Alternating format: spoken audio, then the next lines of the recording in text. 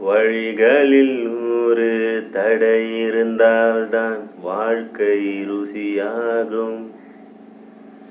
மேடுகள் கடக்கும் வழியினில்தானே மின்சாரம் உண்டாகும். காம்பினில் பசும்பால் கறந்தால் அதுவா சாதனை? கொம்பிலும் நான் கொஞ்சம் கறப்பேன், அதுதான் சாதனை. சமுத்திரம் பெரிதா, தேன் துளி பெரிதா? சமுத்திரம் பெரிதா, தேன் துளி பெரிதா? தேன் தான், அது நான் தான். கலக்கப் போவது யாரு? நீதான். நிலைக்கப் போவது யாரு? நீதான்.